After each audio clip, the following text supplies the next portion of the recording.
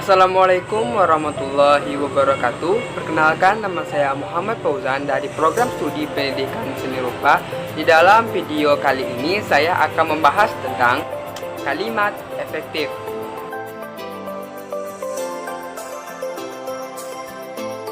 Kalimat efektif adalah kalimat yang bisa dipahami oleh orang lain secara tepat, baik secara lisan maupun secara tulisan. Syarat kalimat efektif. Terdapat beberapa syarat agar suatu kalimat bisa disebut sebagai kalimat efektif. Apa saja syaratnya? Kalimat efektif memiliki 4 syarat, yaitu yang pertama, sesuai EYD. Kalimat efektif haruslah menggunakan ejaan maupun tanda baca yang tepat agar lawan bicara lebih mudah memahami apa yang dibicarakan atau apa yang ditulis. 2. Sistematis. Sebuah kalimat paling sederhana adalah memiliki susunan subjek dan predikat, kemudian ditambahkan dengan objek dan pelengkap hingga keterangan. Hal ini bertujuan untuk mengaktifkan kalimat. Buatlah kalimat yang urutannya tidak memusingkan. 3. Tidak boros kata dan tidak bertele-tele. Kalimat efektif tidak boleh menghambur-hamburkan kata dan terkesan bertele-tele, supaya orang lain lebih mudah memahami apa yang diucapkan maupun apa yang ditulis. Yang keempat, tidak ambigu. Di dalam Kamus Besar Bahasa Indonesia, ambigu artinya bermakna ganda atau bermakna lebih satu, sehingga memunculkan kerancuan atau multitafsir. Untuk membuat kalimat yang tidak ambigu, maka perlu memilih kata, tanda baca, intonasi dengan cara yang tepat atau benar. Ciri-ciri kalimat efektif. Yang pertama, kesepadanan struktur. Kalimat efektif harus memiliki kesepadanan struktur, yaitu keseimbangan antara gagasan dengan struktur yang dipakai. Untuk memiliki kesepadanan struktur yang baik, ada poin-poin yang harus dipenuhi, yaitu memiliki subjek dan predikat yang jelas. Cara agar suatu kalimat dapat memiliki subjek dan predikat yang jelas adalah dengan menghindari penggunaan kata depan sebelum penyebutan subjek. Contoh kalimat yang memiliki subjek dan predikat yang jelas. Kalimatnya pertama, bagi semua mahasiswa perguruan tinggi ini harus membayar uang kuliah. Kalimat yang kedua, semua mahasiswa perguruan tinggi ini harus membayar uang kuliah.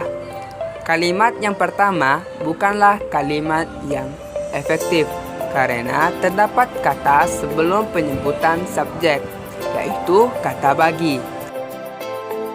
Selanjutnya, tidak terdapat subjek ganda. Subjek ganda dapat membuat kalimat menjadi tidak terfokus sehingga maknanya menjadi sulit dipahami. Contoh kalimat yang tidak terdapat subjek ganda.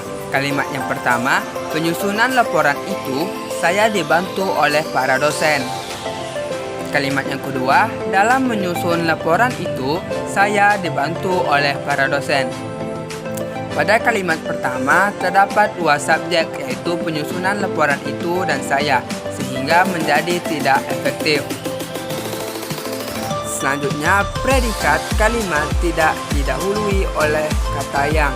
Pemunculan kata yang dapat menghilangkan predikat dalam sebuah kalimat. Contoh kalimat yang tidak didahului oleh kata yang.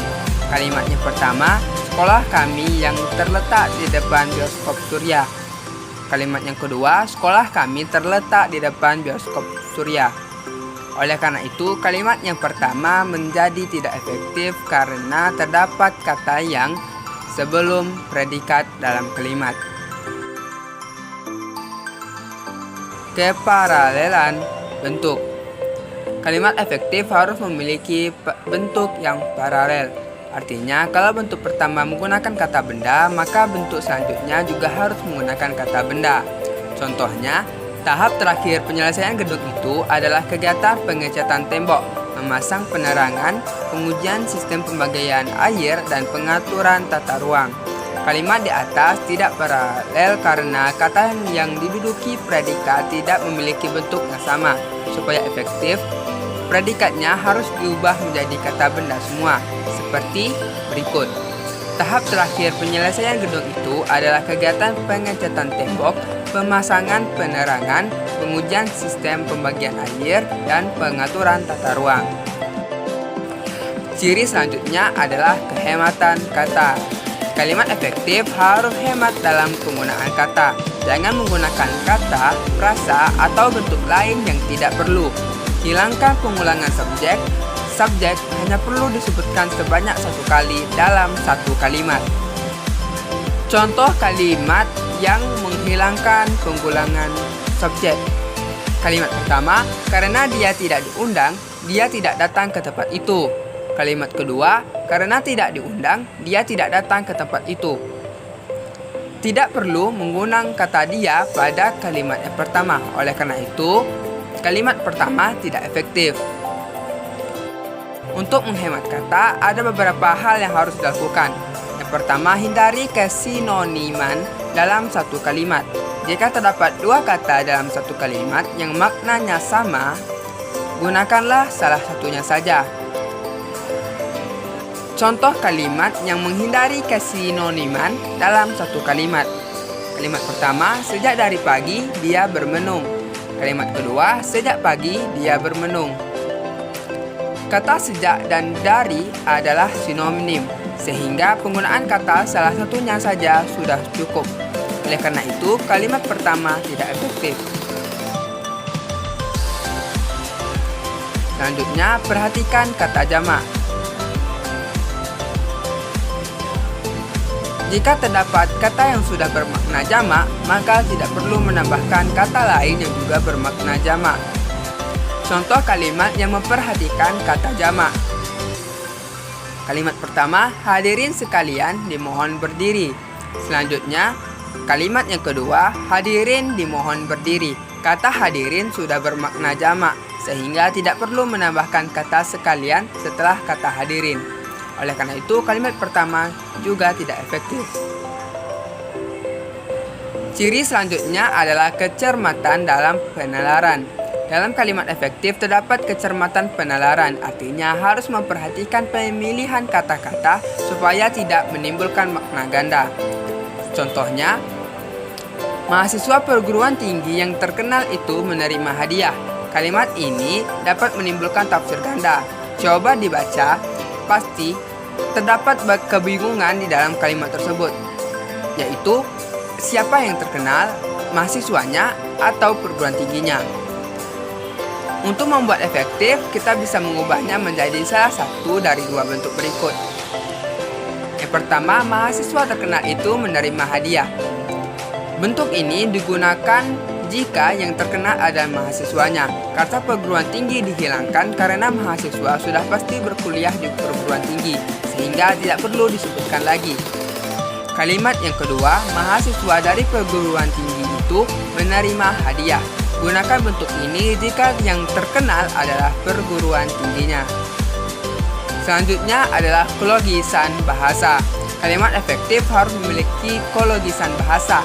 Artinya, ide pada kalimat efektif tersebut dapat diterima oleh akal dan penulisannya sesuai dengan ejaan yang berlaku. Contoh, waktu dan tempat kami persilahkan. Jenazah wanita yang ditemukan itu sebelumnya sering mondar-mandir di sekitar pasar. Kedua kalimat di atas tidak logis. Perhatikan, pada contoh pertama, siapa yang dipersilakan waktu dan tempat? Waktu dan tempat mau dipersilakan kemana? Lalu pada contoh kedua, jenazahnya mondar-mandir di pasar. Karena itulah, kalimat tersebut menjadi tidak efektif. Untuk membuat kalimat tersebut menjadi efektif, bisa dilakukan hal seperti berikut. Kepada Bapak Lurah, kami persilahkan. Sebelum meninggal, wanita yang ditemukan jenazah itu sering mondar-mandir di pasar. Pada contoh pertama, ganti kata waktu dan tempat menjadi subjek berupa orang yang akan diberi waktu dan tempat untuk berbicara, yaitu Bapak Lurah. Sedangkan pada contoh kedua, ubah subjeknya menjadi wanita bukan jenazah wanita.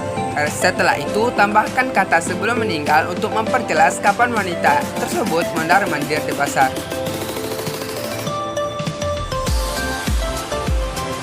Sekian pembahasan kalimat efektif dari saya, semoga bermanfaat. Saya Muhammad Fauzan pamit undur diri dengan mengucapkan wassalamualaikum warahmatullahi wabarakatuh. Sampai jumpa.